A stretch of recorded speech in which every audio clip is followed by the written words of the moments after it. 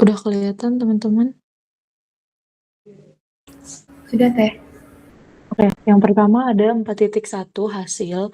Di sini kalian masukin semua tabel yang ada di belangko percobaan sesuai dengan variasinya. Tapi untuk yang pendidikan itu kalian nggak usah masukin. Jadi kan tadi kan ada file di bawah itu kan, yang di Excel tuh ada dibagi 4 itu, kotak-kotak itu dibagi 4. Nah, nanti kalian masukin hasilnya dari situ aja. Jadi nanti yang concurrent sama counter current. Jadi ada 2 tabel, concurrent sama counter current gitu. Tapi keseluruhannya itu dimasukin gitu. Nah, untuk pendidikan itu nggak usah dimasukin. Yang ini loh. Ya, kalian masih bingung.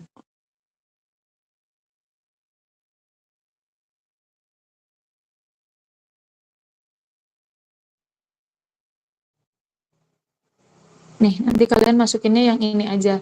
Dia untuk concurrent, terus satunya lagi untuk counter current gitu. Ini concurrent, satunya lagi untuk counter current. Gitu. Dimasukin yang data ini aja. Untuk pendidikannya nggak usah dimasukin.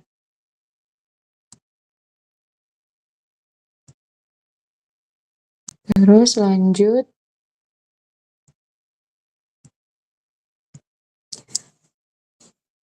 Setelah masukin tabel hasil di 4.1, kalian melakukan pembahasan. Nah, pembahasan ini nanti diawali pakai teori singkat heat exchanger itu kayak gimana. Tapi saya mau untuk teori singkatnya itu bukan berdasarkan buku ya, tapi lebih ke arah kalian itu mengeksplor pada saat praktikum itu seperti apa gitu untuk teori singkatnya. Boleh ditambahin citasi, tapi nggak boleh langsung plek-ketiplek dari kalian ambil dari buku, harus ada kombinasi yang kalian pikirkan gitu. Terus habis itu ada prosedur singkat percobaannya kayak gimana, dia nggak usah panjang-panjang, cukup singkatnya aja. Terus habis itu fenomena yang terjadi dalam heat exchanger itu seperti apa, nanti kalian bahas gitu. Terus nanti ada 4.2.1 fenomena pendidikan, untuk grafiknya kayak gini. Terus nanti kalian di sini ngejelasin variasi berdasarkan grafik, fenomena yang terjadi pada pendidikan, fungsi dari KMNO4, sama perbandingan literatur dengan nilai konduktivitas termal bahan. Nah, di sini kan kalian pakai 3 jenis bahan ya. Nanti kalian tuh cari tahu nih di jurnal atau di buku nilai dari konduktivitas termal dari setiap bahan itu berapa sih gitu. Nah, kalian kaitin dengan yang praktikum udah kalian lakukan. Jadi sesuai enggak nih kira-kira dengan konduktivitas termal dari bahan itu dengan hasil yang kalian dapatkan. Kalau misalnya hasilnya itu enggak sesuai dengan nilai konduktivitas termal yang seharusnya, nanti kalian cari tahu tuh kira-kira kesalahan apa aja yang terjadi pada saat proses pendidikan gitu dibahas. Nah, untuk faktor kesalahan ini dia nggak boleh human error atau nyalahin alat ya. Jadi harus benar-benar kalian bahas by teori gitu. Dan harus disertakan citasi. Nggak boleh berdasarkan menurut pendapat saya gitu. Itu nggak boleh. Sama nggak boleh lihat GPT juga. Gitu. Oke, lanjut ke 4.2.2. Dia ada proses kalibrasi. Kan kalian tadi udah ngeplot kan untuk yang kalibrasi ini. Ada kalibrasi tekanan untuk yang panas sama yang dingin. Nanti kalian bahas nih grafik tekanan terhadap laju alir masanya itu kayak gimana. Terus ngejelasin juga hasil kalibrasi, tujuannya sama persamaannya seperti apa gitu.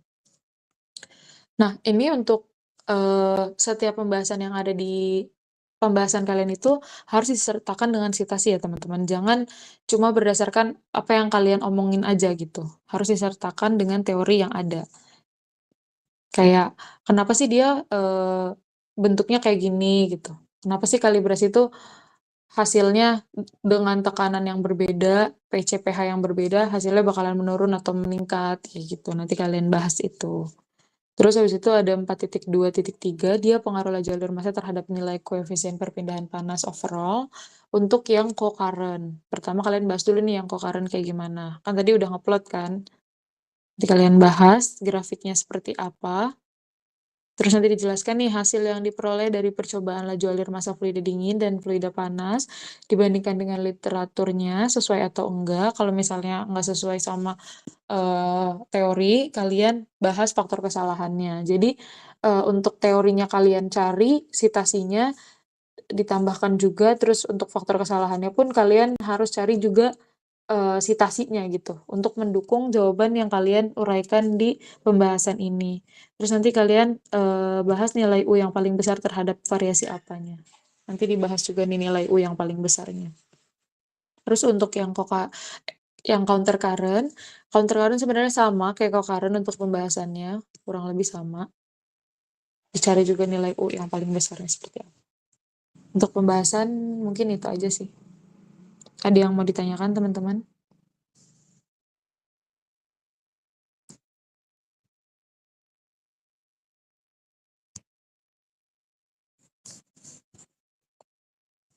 Ada yang mau ditanyakan?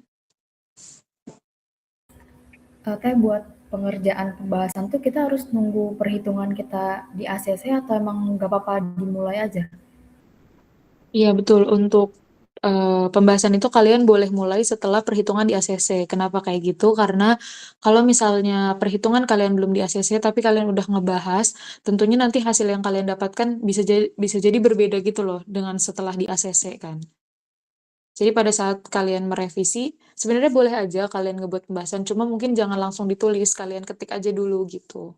Karena takutnya pada saat kalian mengumpulkan perhitungan, terus ternyata masih banyak revisian yang harus kalian kerjakan gitu di perhitungan itu. Itu juga kan bakalan ngaruh ke hasil dan nilai yang didapatkan kan. Gitu. Dan untuk Oke. perhitungan itu kalian deadline-nya sampai besok jam 23.59. Itu pengumpulan Excel-nya aja. Nanti setelah itu saya revisi. Kalau misalnya ada revisian, saya revisi dulu, terus saya kembalikan ke kalian. Nanti baru kalian kirim lagi ke saya. Kalau ACC, kalau udah ACC boleh kalian lanjut ke pembahasan gitu.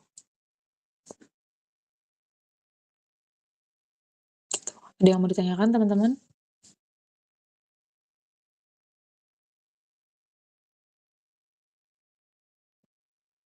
Iya.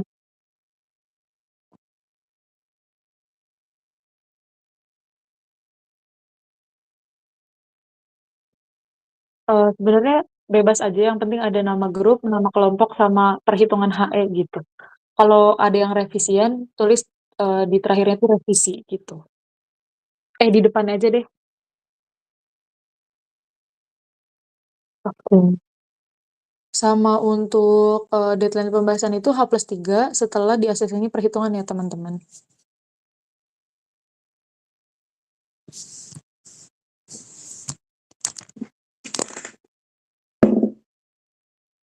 Ada yang mau ditanyakan terkait pembahasan dan perhitungan sebelum ditutup?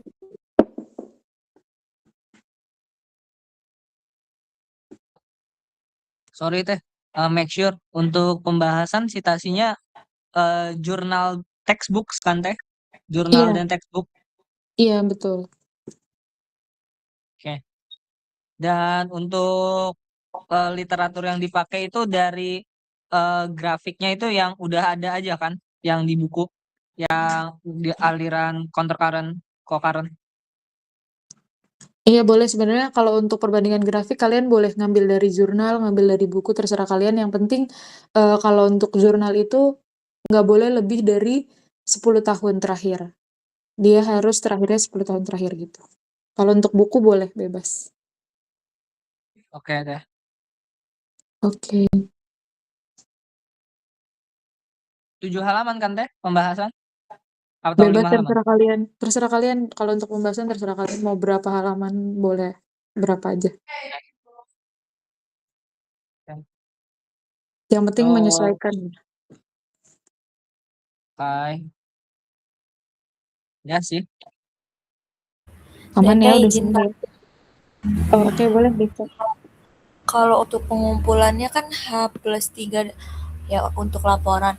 Nah itu soft file sama hard file-nya kan Teh?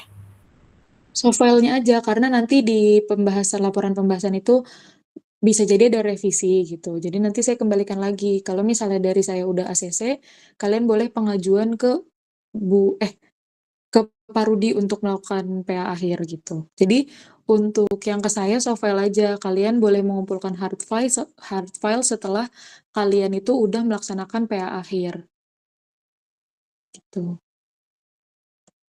Karena pembahasan Oke, masih tetap bisa direvisi ya teman-teman. oke makasih Teh. Oke. Sama nitip satu lagi untuk yang kan kalian bakalan ngebahas tentang pendirian tuh.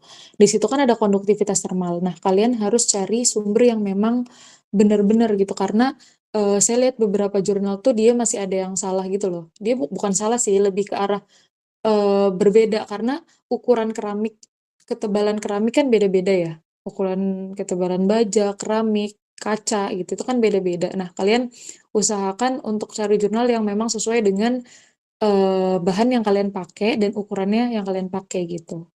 Nggak perlu sama banget, tapi maksudnya masih make sense lah gitu. Untuk baja yang kita pakai ini baja apa teh? Atau stainless? Dia lebih ke arah stainless sih. Ke arah stainless. Iya, campuran gitu. Ada yang mau ditanyakan lagi teman-teman?